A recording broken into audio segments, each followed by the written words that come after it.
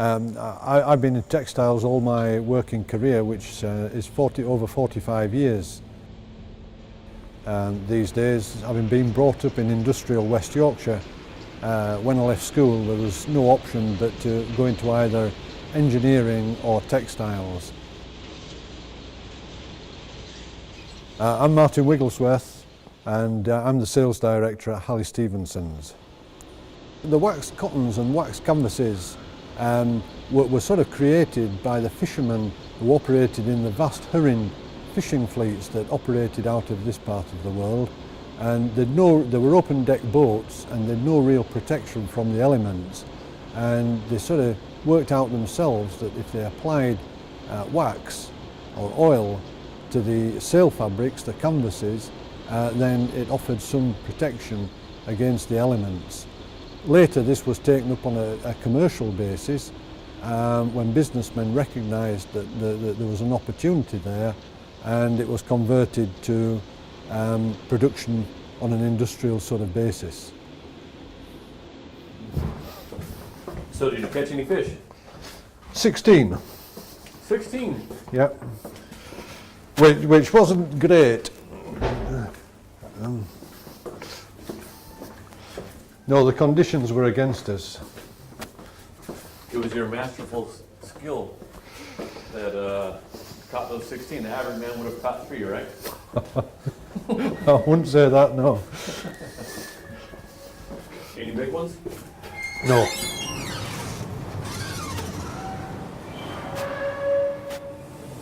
So we take the prepared fabric and put it into the jig.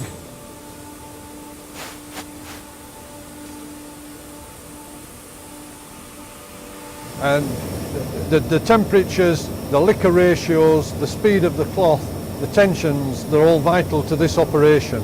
If you get any of those not quite right, then you won't achieve the dyed colour that you set out to achieve. It's just got to be constant.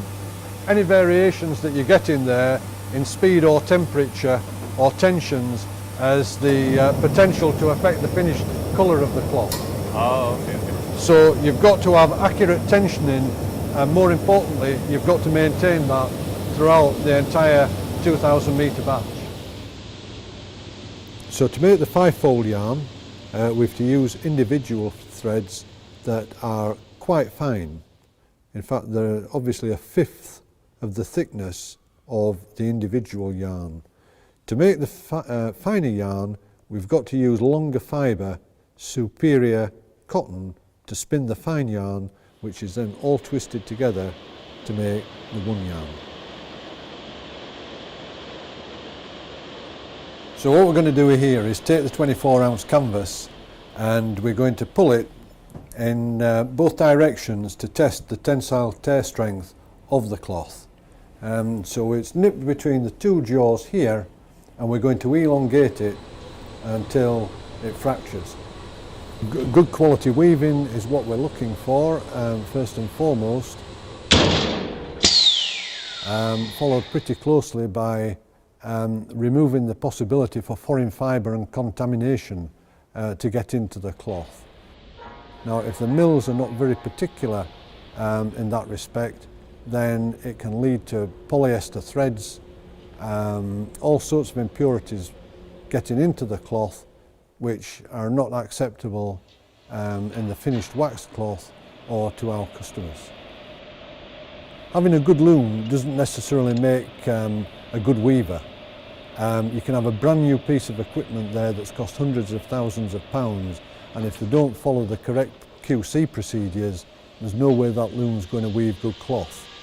What it does weave, it will weave at very high speeds and give you a tremendous amount of production, but if the basic principles of quality control are not in place prior to starting the loom, then the cloth is not going to be good cloth.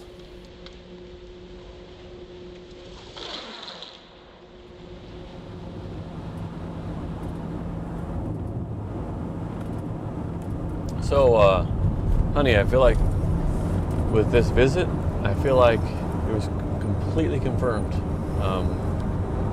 that this is where we want to be. I mean, we got this, we got exactly the canvas we're looking for. It's thicker than everyone else's. It's still soft. It's, I mean, the quality of the way that he does it is like the way they weave it. I mean, it's just, I don't know. Like he said that you weren't there, but he said, I wouldn't say we're the best, but I don't know anyone who does it any better.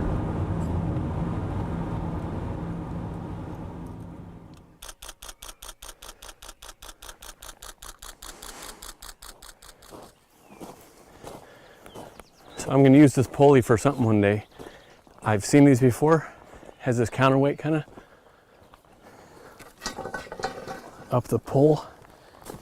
It's kind of cool.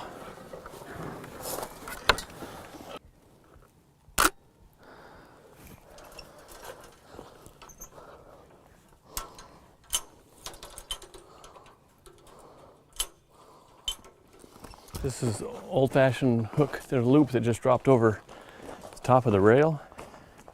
I'm going to use that one day for something. Like when I make my own couch or something, I'm going to use it for something. People are going to go, oh, you would have sat down on your couch? And then I saw this like little, what's this ring for? And I lifted it up and then the thing opened. Oh my gosh, that was really cool. That's kind of, when I see little design features that I like on things, and then I say, hey, I'm going to use that someday.